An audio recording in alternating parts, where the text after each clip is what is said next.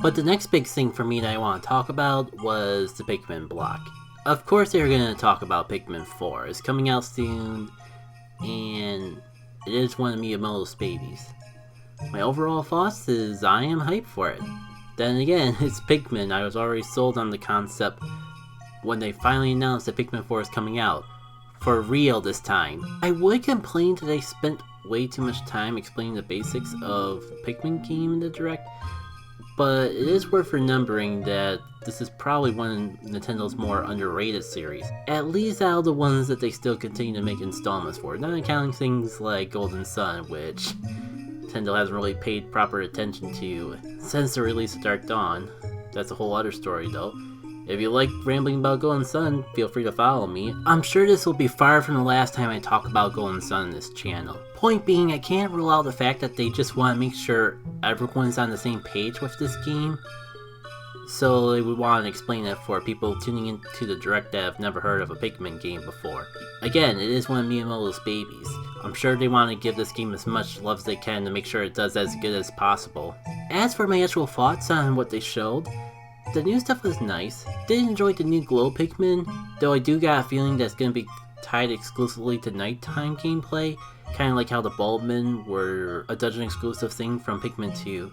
But I do feel like it's going to be even more niche than that. From what I've seen, I don't think it's going to work the way Pikmin fans expect, where you go for the day and then it becomes nighttime, and instead of just going up and flying into your ship, you just continue on working for the night. It's speculation, but just from the way that the gameplay was formatted for those night sections, it kind of feels like it's going to be its own thing. I got a gut feeling that there's going to be a specific part of the game where you talk to an NPC to trigger specific nighttime missions that you can take on, and that's when you get the glow Pikmin to play around with, complete the night missions, and then the glow Pikmin go away. The good news about that is if they are sticking to tradition of only introducing 2 new Pikmin types, in order to avoid like overcrowding or overclustering your Pikmin variety while still keeping under the 100 Pikmin limit. That does open up the possibility for a 3rd Pikmin type that they haven't introduced yet. Again, this is all assuming that all my speculation comes into play, which I will admit is a bit of a stretch in of itself. It just really doesn't feel like it's gonna be part of the normal gameplay loop. I am pretty confident that nighttime is going to be its own thing, separate from the main journey. Kind of like how they had the semi-multiplayer mode as a separate gameplay type within the single-player campaign. I get the feeling that this installment of Pikmin is going to have a bit more variety in the gameplay types, which, considering this is the 4th installment of the game, I won't complain about. I don't see a few different gameplay types sprinkled in amongst the core gameplay really hurting the series at this point. Dungeons are back. I know we already knew this, but we did see a little more about it, and it still looks pretty good. For the sake of the community, hopefully the dungeons aren't as full of BS as they were in Pikmin 2. For me personally, I didn't mind the way the dungeons were in Pikmin 2, even later on where they start throwing a bunch of stupid stuff your way. There's a little bit of charm to that, but I do get why they didn't bring them back for Pikmin 3 specifically because of that. Like, it's not good design, but have a bit of a soft spot for it. Especially since the game auto-saved every floor, so it's almost like you're encouraged to just like reset and try again if things went too ugly. But again, I'm in the minority with that mindset, so for the sake of everyone else, hopefully they balance that out a little better. Besides, the dungeons early on in Pikmin 2 weren't too bad. It was mostly just the final world, which some would consider post-game, and a few dungeons in between the beginning and the end. Technically optional if you weren't going for 100%. But Pikmin 2 is one of those weird games where you feel obligated to do the post-game even though it's technically post-game because it continues directly after the main game from a narrative perspective. Like there's more story elements to uncover and unlock. Stuff like that, kind of like how it worked in some of the Pokemon Mystery Dungeon games, where technically you don't have to play the post game, but you definitely feel obligated, or at least a desire to, because the story continues on after you beat the main game. Oh, that was a bit more rambling than I was expecting. As for everything else, big thing I didn't notice when first watching the trailer, but when I went back to take notes, I didn't realize that there's a whole upgrade system to it. It seems like as you rescue some of the other explorers, you get upgrades for yourself and for your dog companion, and I'm actually kind of excited for this. It's a customization feature that we haven't really seen in the series since Pikmin 2, and not to this degree. I think it's going to be a fun element of the game. Other speculation, yeah, blue Pikmin are going to be the last Pikmin you unlock in this game as well, aren't they?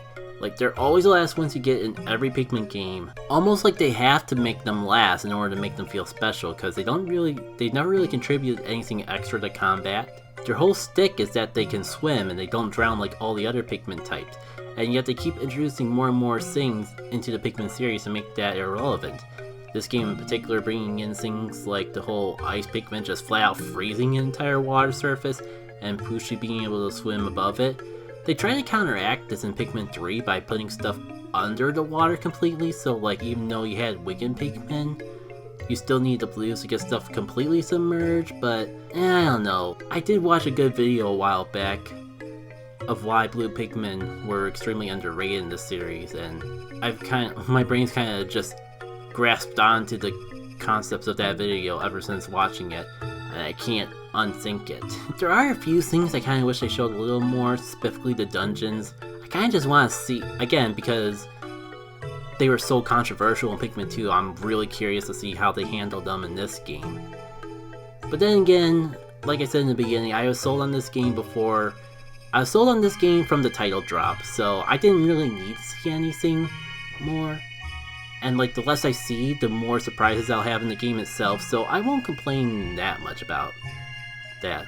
Just gonna look forward to when Pikmin 4 comes out, and especially that demo.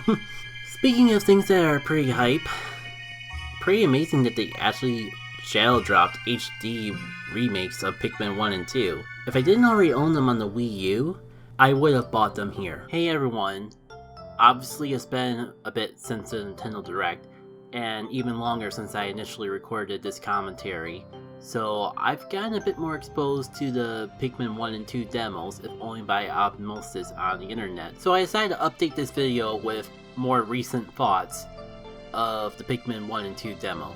So the temptation was there to get these, but then I looked up the price, seeing that they were $30 each, I believe, bundling together for a $50 price tag.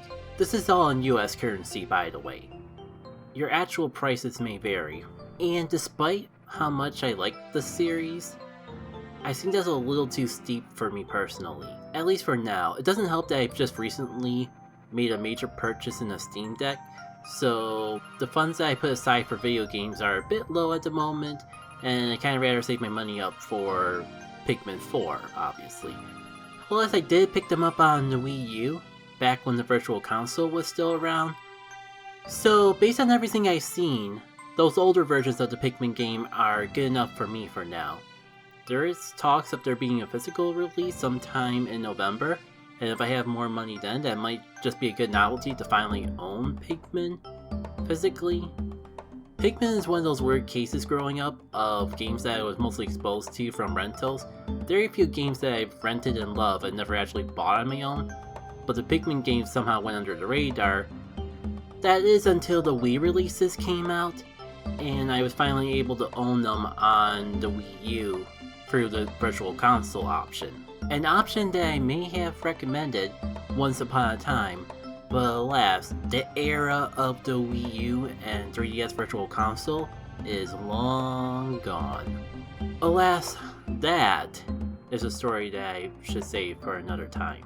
So, considering that now that's your only option to buy these games, $30 each isn't a bad pricing for it. Personally, I think they could have got away with it being slightly cheaper, especially Pikmin 1 considering its size. Not to say that Pikmin 1 isn't well worth it, even back in the day when you got it at full retail price. It just stands out because of how much smaller of a game it is from Pikmin 2. And just to clarify, that's not a knock against Pikmin 1. Its small size is one of the main reasons it's so replayable, and said replayability is one of the biggest charms of Pikmin 1 in my humble opinion. There's such a strong allure to being able to replay the game over and over, striving to do better each playthrough. especially with how the game ranks you at the end of how well you did with like days you completed in, parts you got, Pikmin Lost and Pikmin Grow. The game is actively encouraging you to replay it and get better each time you play. And even then, first playthrough isn't that bad. Like, if it's your first time ever playing Pikmin 1, you'll get a good chunk of time out of it. Just a significantly smaller amount of time compared to Pikmin 2. At least if we're counting post-game as part of the main game. Because for me personally, it's hard to separate the post-game from the main game of Pikmin 2 just because of how intertwined they are between story elements and level layout. So, Pikmin 1 is perfectly good of a game on its own. It's just that $30 price range is a bit harder to sell to someone who has no intention to replay Pikmin 1.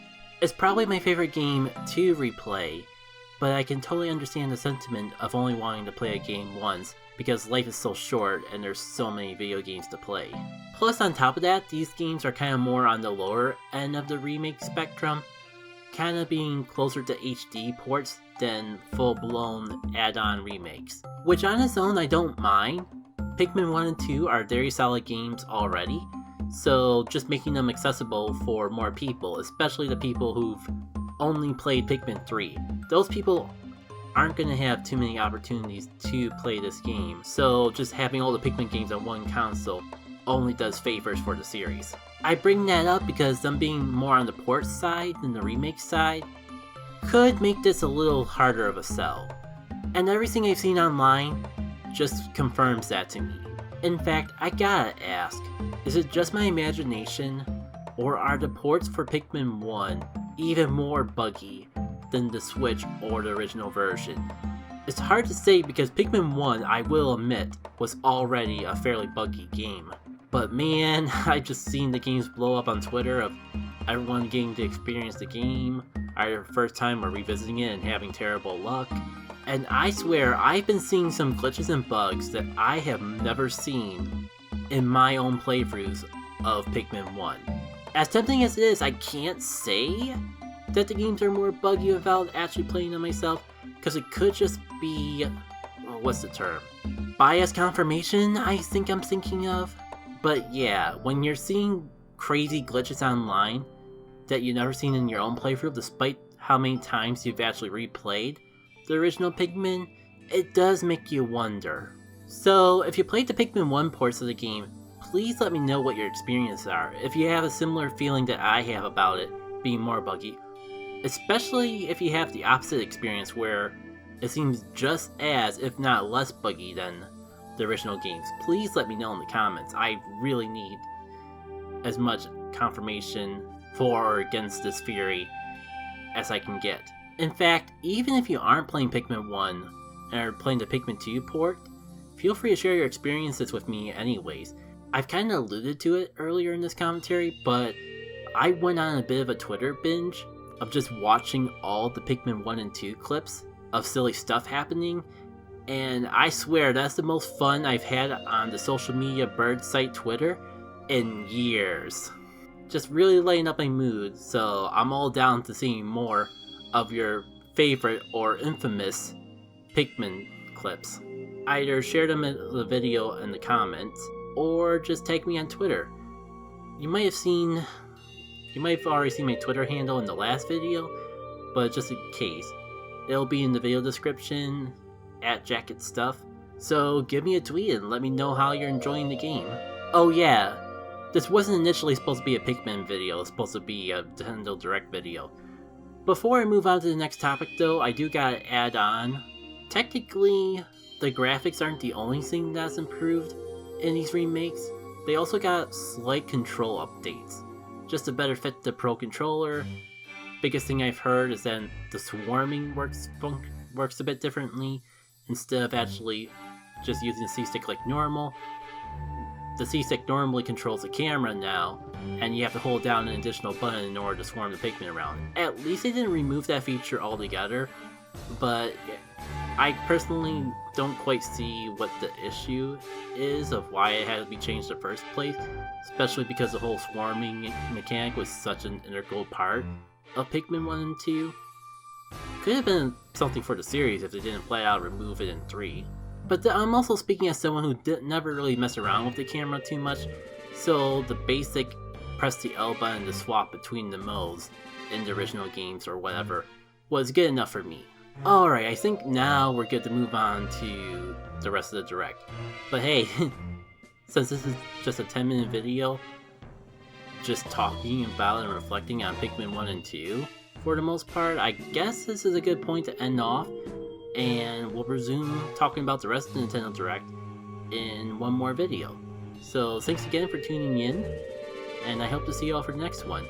If you like what you heard, feel free to follow along and keep in touch. There'll be more of this stuff soon. Take care.